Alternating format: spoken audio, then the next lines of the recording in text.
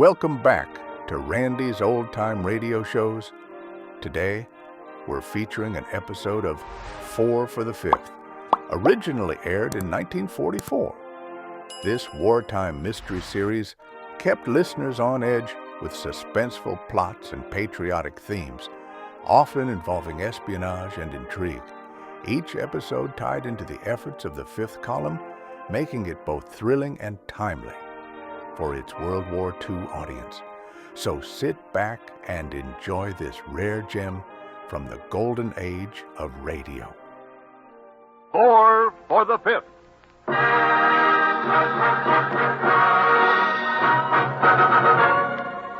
4 radio programs for the Fifth War Loan, produced by Arch Oboler and William N. Robeson for the United States Treasury.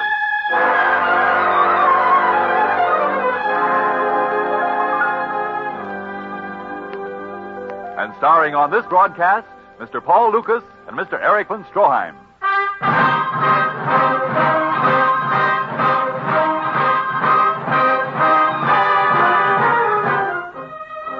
This is a war not only of men and machines, but of ideas. As the second of this special series of broadcasts about the ideas for which we fight and those which we fight against, we present High Command, a radio document written and directed by William N. Robeson, and starring Mr. Paul Lucas and Mr. Eric von Stroheim.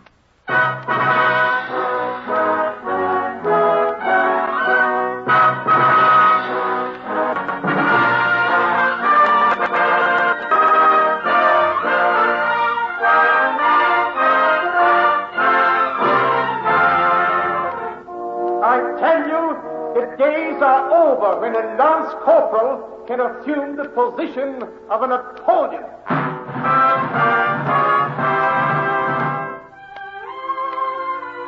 The lance corporal is the house painter, the little man who chews rugs, the jerk with the toothbrush mustache and the delusions of grandeur, that character with the comedy name Schickelgruber, at whom we so often poked fun in those days when we were whistling to keep up our courage. But those words you just heard were not uttered by a brave radio commentator or a bellicose columnist safe behind our eastern sea frontier. They were spoken to Hitler's face by the former commander-in-chief of the German army, Field Marshal Walter Heinrich Alfred Hermann von Brauchitsch. The days are over when a lance corporal can assume the position of a Napoleon.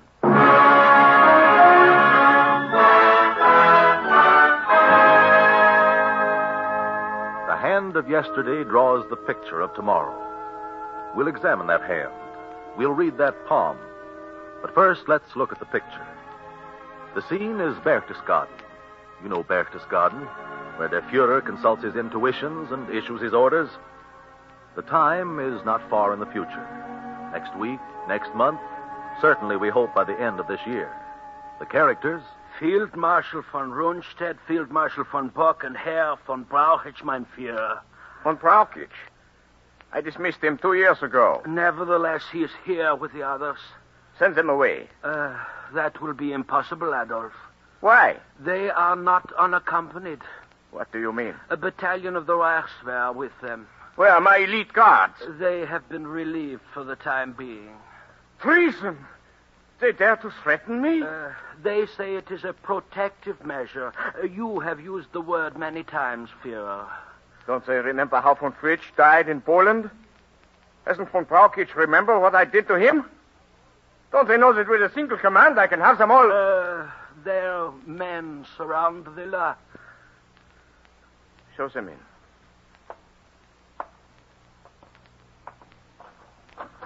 Gentlemen.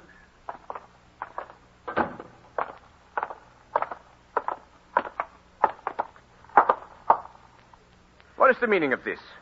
We represent the High Command. The High Command? You? Where are my loyal generals? Where's Milch? Where's Rommel? Trying to stop Eisenhower at the Rhine. Where's Keitel? Probably running away from the Russians in Poland. And Kesselring can't hold the Brenner Pass for another 48 hours. Sign this. What is it? Your resignation. Or if you prefer, your abdication. Traitors! Ragtag and bobtail of an outworn caste system. Worthless clowns! My intuitions. Why didn't I listen to my intuitions? The same intuitions that made you attack Russia against our advice? And sent 500,000 men to their death at Stalingrad? Oh, ungrateful. Monstrous. When the German people hear of this... The German people will take orders from the man who carries the gun. History has never witnessed such perfidy. Hitler, your knowledge of history is as inadequate as your intuition in military matters. In 1918, General Ludendorff was compelled to make the same demand of the Kaiser and for the same reason. United Nations will not make peace with you or the Nazi Party. Both must be liquidated at once. And the High Command will be free to negotiate peace, which will leave our army intact and the Reich uninvaded, just as we did in 1918. We have lost nothing that we had when we started, and we will be strong enough to attack again in 25 years. But we can do nothing as long as you remain as Reichsführer. Hermann, my faithful friend, my old comrade, what shall I do? What else can you do, Adolf? Very well. When the Deutsches Reich calls, I, its humblest soldier, am willing to sacrifice everything. Spare us the theatrics, Herr Hitler. You're fortunate to escape with your life. Well, that's the silliest thing I ever heard in my life. John, don't you think that was silly? Yeah, these radio plays. Propaganda. Another war in 25 years. Why, when we get through with the Germans this time, there won't be nothing left of them. Well, we're going to march right down the Unter den Linden and hang Hitler to the nearest lamppost, if any of them are still standing. Why, we're... Pardon me, please. Huh? Is this 1944 or 1918? Huh? I remember the same brave American words in 1918. Only it was the Kaiser you were going to hang. And I believe he was to be suspended from a sour apple tree. Who are you? I am a German. And you, I believe, are John Manstreet, American. And, pardon me, Mrs. Manstreet. Oh, yeah, how'd you know? We have a file on you and Mrs. Manstreet at the Ausland Institute in Stuttgart. The typical American and his wife interest us very much. Very much. Who are you? Just a German. You might say your opposite number. You could call me Herr Mannstrasse. Are you a Nazi? I am a good German. Well, does that mean you're a Nazi? Of course. Then I don't want to have anything to do with you. Come on, Mary, let's get as far away from this guy. Now, isn't that a typical American attitude? Hide your head in the sand. Walk away from the unpleasant. We Germans are different. What we like least, we learn the most about, so that we can defeat and conquer it. For instance? The United States of America, for instance. Are you kidding? Listen, we beat the pants off you heinies in 1918, and we're doing the same thing right now. It gives me a great joy to hear you say that. Why? Because as long as you and your fellow citizens act and think as you did in 1918, we will win the war. What? Nonsense. Just as we did in 1918. Hey, now, wait a minute. Let me get this straight. You won the war in 1918? Certainly. Brother, I've been reading the wrong history books. That's wholly possible. They concern themselves more with names and dates than with economics. Economics? Why, we made you pay for that war. And you got in such a bad financial jam, we had to send our own experts over to straighten you out. Yes, that's your side of the story. And don't forget the wave of Christian compassion that swept your country for poor, defeated Germany. You are such naive Dummkopf. Listen the way Germany handles money. Listen to how your dollar diplomacy failed to work. Germany must pay for the war. Germany must pay to the last penny. Germany must pay to the last sou. But how much? 40 billions. 75 billions. 120 billion. How much? That was the question. How much for the leveled villages of France? How much for the hulls of British ships rusting on the bottom of the sea? How much is a dead Belgian baby worth?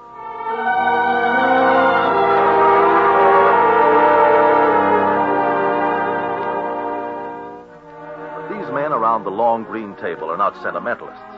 These are statesmen, lawgivers, practical men. This is the civilized world, victorious, sitting judgment on a beaten enemy. And you can't get blood out of a turnip, can you? We'll settle for $15 billion. It is too much. We can never pay. You gentlemen forget that we have fought a war on two fronts. We are bled white. The flower of our manhood is gone. Germany is beaten to the dust.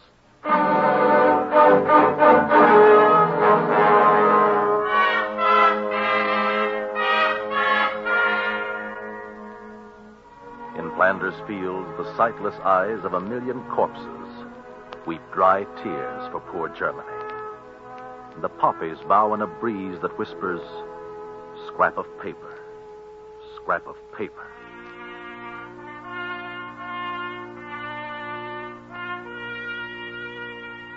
In Berlin, the high command sits. The costumes have changed, but the characters are the same. Dressed in drab business suits, the Junkers still rule Germany. You know the names of some of them. Ludendorff, von Hindenburg, von Mackensen, and the junior officers, the Fonds who today command the armies of the Reich. 15 billions. It is better than I had hoped for. The English are so civilized, and the Americans so sentimental. They will believe anything. If they're willing to let us off for 15 billions, why should we pay them at all? Precisely what I was thinking. We will need every mark we can lay hands on to rearm.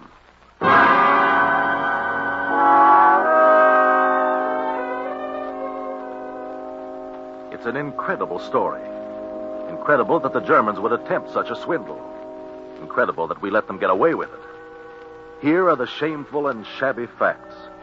These are some of the items we permitted the Germans to charge off against their reparations bill. Here's a padded expense account for you. Item, the expenses of the Allied armies of occupation. Item, the cost of demobilizing the German army. Item, the value of the Grand Fleet, which the Germans themselves had scuttled at Scapa Flow. Although Germany is now saddled with an almost impossible reparation structure imposed by a revenge-seeking debt commission, there is no reason to believe that with help, German industry cannot stage a comeback. The plants still exist. The technical skills are there. We feel that German industry represents a real opportunity to the American investor. Excellent. Excellent. This is only one of many, Mynheer. The financial pages of the American newspapers are filled with such stories. They will respond. The American likes nothing better than 6% on the dollar. We responded, and so did the rest of the gullible, sentimental, civilized world. The details are too painful to enumerate. The disgraceful result was this. When a moratorium was declared in 1931, Germany had paid out only $4.5 billion. And had received in loans and investments $6.5 billion. Germany's profit from World War I, $2 billion.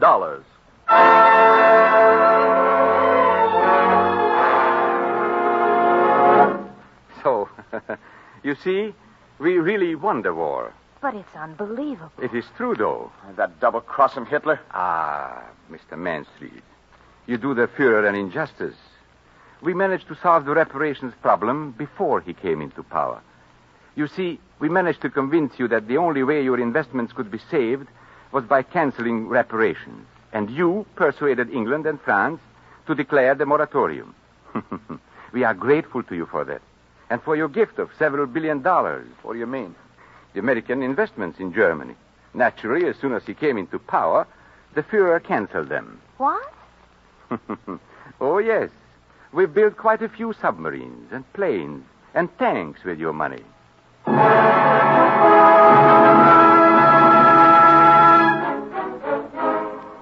Of course, Herr Hitler gets too much credit these days. If you can call it credit. He thought up this jive about the master race, didn't he? Oh, my, no. Hitler is merely the contemporary expression of German supremacy. The plan existed long before Hitler. We have proved from history the characteristics of the Germans as an original people and as a people that has the right to call itself simply the people. Those words describing the rights of the master race were written long before Hitler, more than 100 years ago, by Johann Gottlieb Fichte. between states, there is no right or might except that of the stronger. A state, even when on the very point of making war, should solemnly assert its love of peace and aversion to conquest. Theory? The words of a musty philosopher? Distant echoes from an ancient ivory tower? Listen. The German people have no thoughts of invading any country. Hitler in 1933. The assertion that the German Reich plans to coerce the Austrian state is absurd and cannot be substantiated. Hitler in 1934. Germany has concluded a non-aggression pact with Poland, which is more than a valuable contribution to European peace, and she will adhere to it unconditionally. Hitler in 1935. We have no territorial demands to make in Europe. 1936, the year the Rhineland was reoccupied.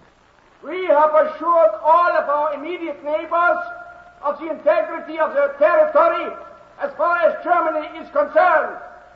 That is no hollow phrase. It is our secret will. 1938, the year of the Anschluss, the invasion of Austria. We have but one wish, that in the coming year we may be able to make our contribution to this general pacification of the whole world. The Führer in 1939, the year we seized Czechoslovakia and invaded Poland. Even when on the very point of making war, assert love of peace, aversion to conquest. You see how well we Germans learn our lessons?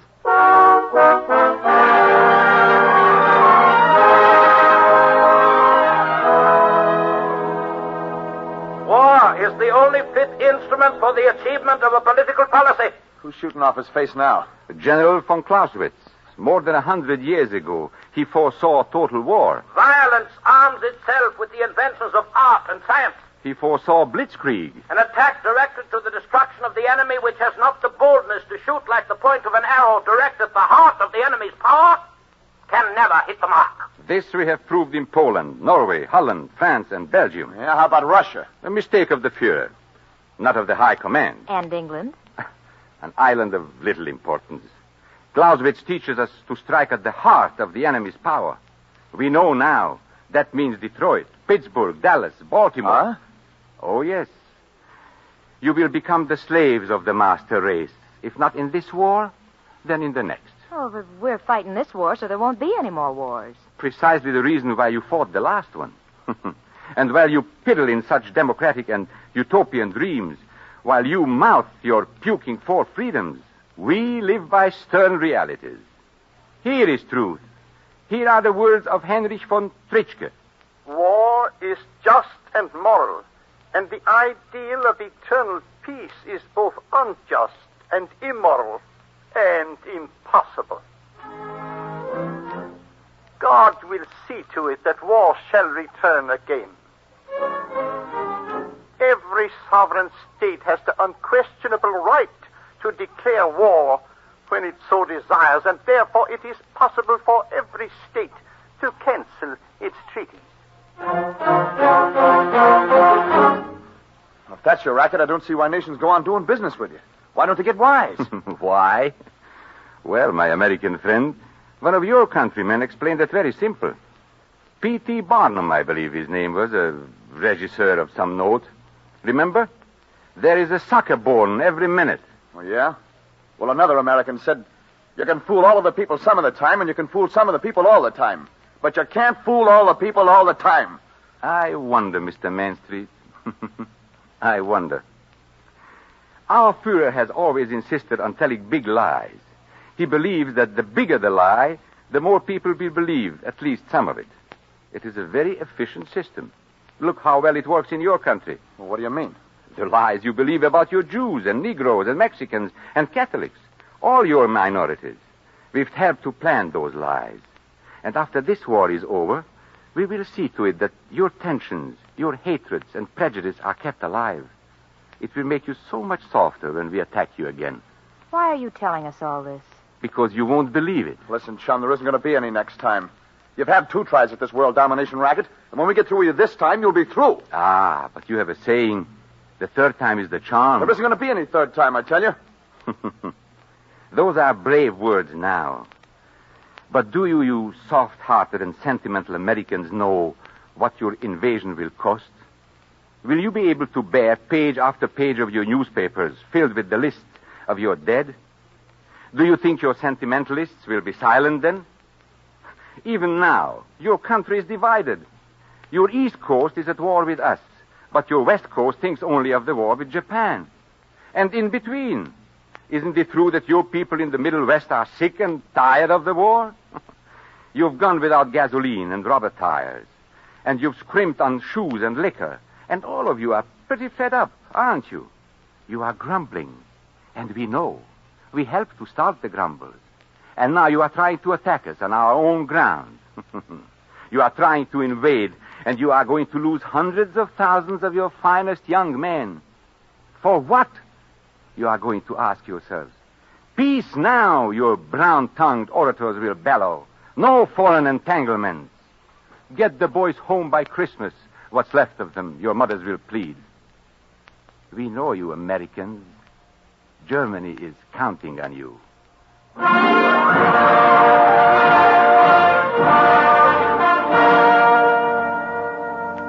The scene is Berchtesgaden again. The time is in a not-too-distant future. And a few minutes after Herr Hitler has been permitted to flee to the sanctuary of one of those neutral countries which still refuses to distinguish between political refugees and global criminals. The characters, the High Command, the same old gang. Their grandfathers unified Germany and crowned Wilhelm I emperor in Versailles in 1871. Their fathers made the deal at Compiègne in 1918. And as their fathers did then, they have just fired their front man. The German High Command, which has ruled Germany for nearly a century, carries on. Well, gentlemen, now we can get down to business. What are your feelings about peace terms? The policy we followed in 1919 will do admirably now. Object to everything, cry poverty, and play upon world sympathy. We are in a much better position now than we were then. The machinery, the art treasures. Now we have the loot of all Europe. Of course, you realize they will push us back to our old borders. We will probably even lose Austria for the time being. That's all right. What good is France or Poland or Norway to anyone now? What are the latest figures on Poland, von Bach? Oh, I've lost count, General. We must certainly have annihilated at least 3 million Poles and Jews, and a great percentage of the young women have been sterilized. There's not much danger of Poland breeding a generation of fighting men in the next 25 years. How about France, von Rundstedt? Well, you know Hitler has had 1.5 million Frenchmen in prison camps and labor battalions since 1940. They're worthless as fathers now. And in France itself, we've managed to increase the death rate over the birth rate. The children that are still alive are quite worthless. Starvation is so much more effective than machine guns, especially with the young. We agreed before this war began that our great mistake in 1918 was to spare the civilians of enemy countries. We agreed that it would be necessary to destroy at least 1/3 of the inhabitants of occupied territories. I believe I can safely say that this has been done. There's no doubt about it. Good, good. Now, here within the Reich, I think it will be advisable to continue with the sex freedom introduced by Herr Hitler. We must breed a sufficient number of strong young men so that in 25 years we will be in a position to resume our campaign for world domination. We'll have to go carefully with that. We'll need the sanction of the church for the next few years. Don't worry. There are ways. Nudism and strength through joy were very successful before. You can always describe license as freedom and modernism. I don't think that it's too early to review the mistakes we made this time and to face the hard facts of our present position. The United States is now the greatest sea power in the world, yet even the British Navy alone kept us from invading England. We must build a great navy this time. You think they will let us? They forbade us to rearm before, but we found a way then. We will find a way now. But there is one mistake we must not make again. What is that, General? That was the fundamental error we made this time. We should have realized from the first that the United States would be the heart of Anglo-Saxon power. Then the United States must be defeated the next time. Certainly. The unpleasant truth is, gentlemen, no nation can hope for world domination unless it controls the vast resources of the United States. Agreed. Our strategy must be directed toward America. And doubly intensified. We must not make the same mistake.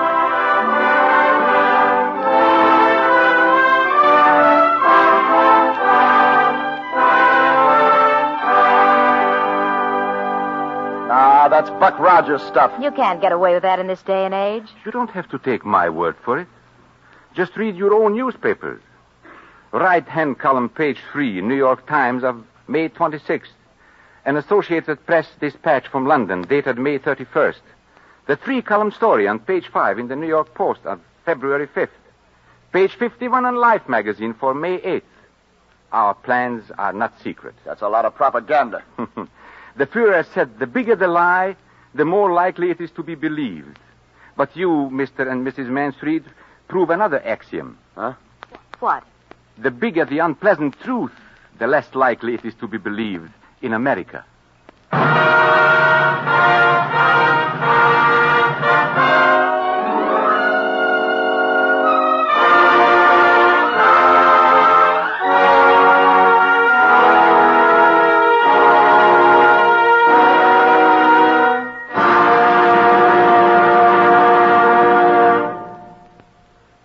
Ladies and gentlemen, you have just heard Mr. Paul Lucas and Mr. Eric von Stroheim in High Command, a radio document written and directed by William N. Robeson, with an original musical score composed and conducted by Wilbur Hatch. And now, a word from Mr. Paul Lucas. Ladies and gentlemen, the words and sentiments which I expressed in the part I have just played are as loathsome to me, a naturalized American citizen, as I know they are to you who are native-born. But these words had to be said. These ideas had to be exposed. All of us must realize that there still exists on this globe, and will continue to exist, unless we are extremely careful, a group of ruthlessly clever and utterly unscrupulous men who are plotting a future of humiliation and slavery for us and for our children. This is not an hysterical overstatement. We are not viewing with undue alarm. What you have heard is sober fact, authenticated and documented many times over. Now, this cancer must be eliminated. This virus must be killed. This war must be prosecuted until it ends in the unconditional surrender of the German people, the Nazi Party, and the dangerous murderers who control them both, the German High Command. Now, your part in this campaign for the extinction of evil is simple and clear. Back the attack by more than before.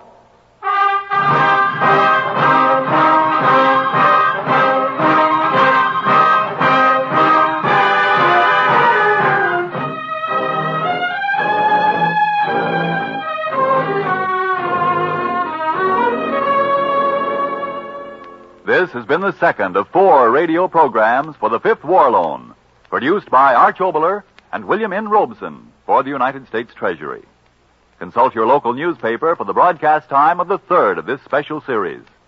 The play, I Want to Go Back, written and directed by Arch Oboler and starring Mr. Fred McMurray.